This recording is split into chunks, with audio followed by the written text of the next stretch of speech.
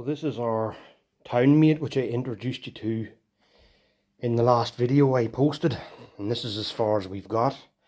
The exhaust is an absolute bits, so I don't know how easy it's going to be to get an exhaust for it. I've been looking, not that simple to come by. They don't make them anymore. I've seen one on eBay, looked to be in good condition, but I was telling Paddy he'd have to buy it pretty quick smart if he wanted it. So we'll see what way that goes. But you see we've got the handlebars off there. Still have these bits here to get out, and the wiring and everything. Wheels, that mud guard. But tonight we're going to concentrate on trying to get this engine out. And after a bit of research, I found out that because this is not chain driven, it can be difficult to know how to get the engine out of these. But it's actually quite simple. You just take this bolt out. There's another one down here somewhere underneath, and it literally slides out that way, and that's it. The engine would be out then. Then you can get at the swing arm to take it out. So that's what we're at tonight, and we'll have that back wheel off. And if we can manage to get time, we'll probably try and get that seat off it too. We'll get as much done as we can. I was going to make the townmate a separate sort of a thing on my channel here, but I just seem to end up working on it every time I come over here. So I'll post whenever, and maybe I'll make a playlist later on of just the videos of this bike. That's what we're going to do. So I'm just going to get a few sockets ready now and try and take this engine out. So yeah, I believe I need a 13. So I'm going for my sockets. This might be a 13 that's on this, not a 12. 12, 13. 13. Smaller one set. Let's see now. 13. Yeah. So it's either a 12 or a 13. And it appears to be a 12. Well, I just move this overall so you can actually see me there. Yeah, that's a little better.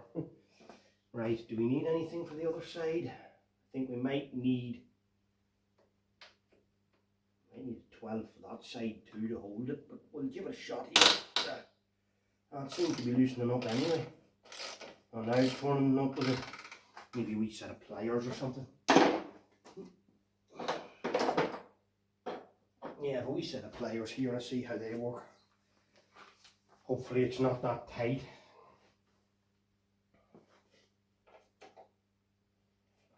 That seems to be working okay.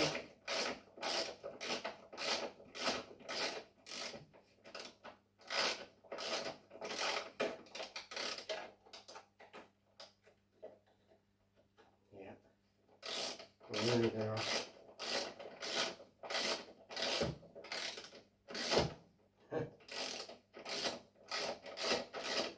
Yep, that's that one there, loosened up. What else have I got? Try and find this other one.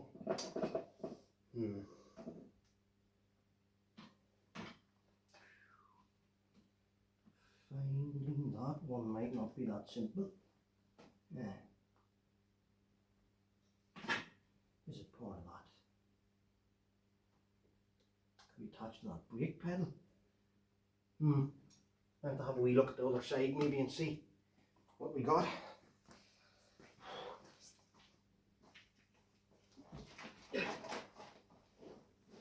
Yeah, I think that it might actually be holding the brake pedal as well. That one. So we'll have a look at that.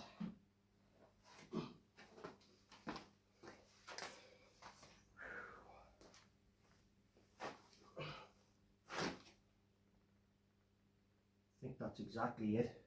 Okay, so I'm going to try and give this a twist. Hopefully it's okay and it's not too hard to get off.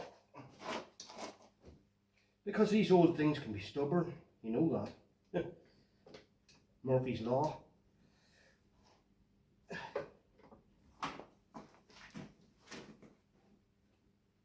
seems to be loosening up okay. I don't know what's attached to on the other side though.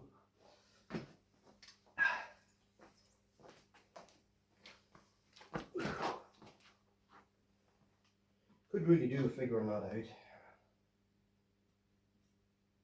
Yeah. It's attached just above this foot bar, I think.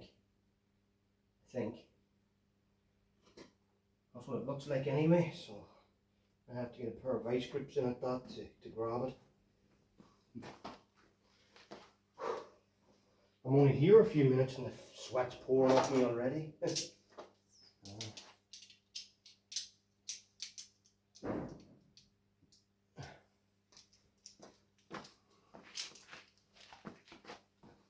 see if we can get a set of vice grips on it.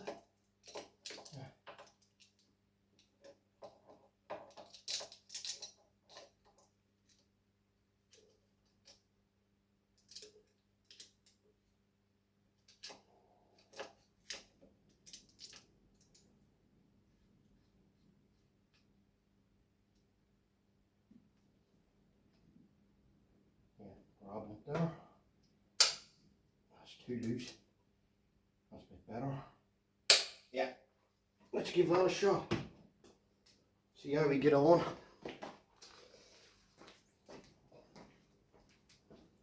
You know, there comes a time where you're getting up and down off the floor and you're in your 40s and it's not that simple.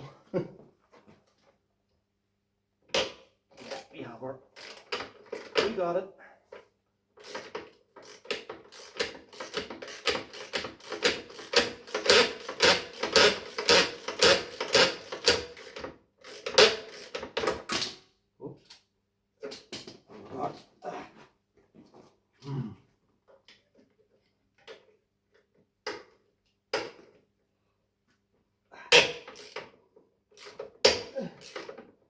Yeah, could have used a bit of WD-40 or something. Hopefully it's enough. We'll snap it. I don't think we're going to snap it.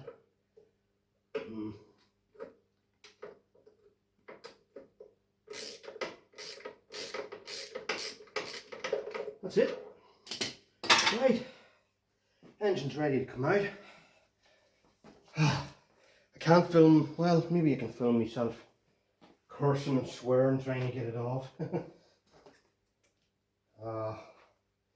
Hopefully nothing else is attached here that I need to get unplugged, or I don't think so. I think I got most of everything. Oh, there's a wire here for the engine. A couple of wires here that need to be undone, so and I'll just show you that. Give me a second. So your wiring for the engine comes out here and you chase it up to these plugs. You have to undo all these plugs. That one, there's another one back here, a few things. So I may get some tape and label them because they're starting to get too black to be able to detect what colour they are. So that's what I'm going to do next. I'll label them. Okay, so I've got the wire and all labelled, and I'll just make sure there's no others this side I need to worry about. I don't think so. So I'm going to give this a go, try and lift the engine out of it. Starting with this bottom bolt, I think would be easiest. There's that one out. This top bolt is out. Engine has dropped down, and all it should need to do now is slide out. Although I have noticed now that we have cables for the carburetor here attached still, which I'm going to need to get off before I try pulling this engine. So just give me a second. Right, Paddy's here. This is the big engine pull. We're going to pull the engine out. And we'll turn the handlebars that way and you help me slide it forward. And it should come out without much hassle. Yeah. No, hold on. The spark plug lead is stuck. Yeah, over now. That is it. This is it, guys.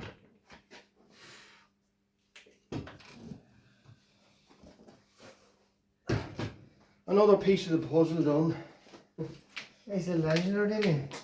We're going to pull the back swing arm and the wheel off in a while. We're going to try and get the seat and box and everything off it first, so I'll switch it back on whenever we're doing that. We're making progress. Have everything off the handlebars now, and the cables, as you can see, this is for me and Paddy's reference here. The speedo cable comes right up the centre of the steering column here. These cables came in the side of the bottom plastic piece of the headlight, and all the wiring comes up through the middle of this here from the back, from that hole at the back. So that's just to let us know what way it goes back together. And we've got all the wiring labelled here now, as you can see, so we know where everything goes.